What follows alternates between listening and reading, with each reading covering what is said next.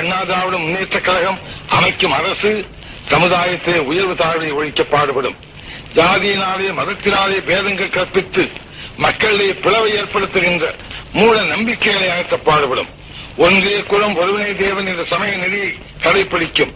சமுதாயத்தினாலும் பொருளாதாரத்தினாலும் தாழ்த்தப்பட்ட பிற்படுத்தப்பட்ட மக்களை சமுதாயத்திலும் பொருளாதாரத்திலும் கல்வியிலும் அரசியலிலும் உயர்த்த பாடுபடும்.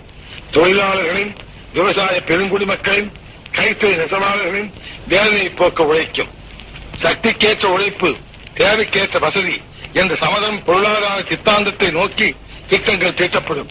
அமைப்புகளுக்கு உட்பட்ட தொழிலாளர்களின் நலம் பேணுவது மட்டுமின்றி அமைப்புகளே இல்லாமல் நாளெல்லாம் கஷ்டப்படும் கட்டிட தொழிலாளர்கள், கல்லுழைப்போர், மூட்டை சுமப்போர், கூலி வேலை செய்வோர், பார வண்டி இழுப்போர் போன்ற லட்சக்கணக்கான தொழிலாளர்களின் நல்வாழ்விற்கு சிறப்பான திட்டங்கள் தீட்டும்.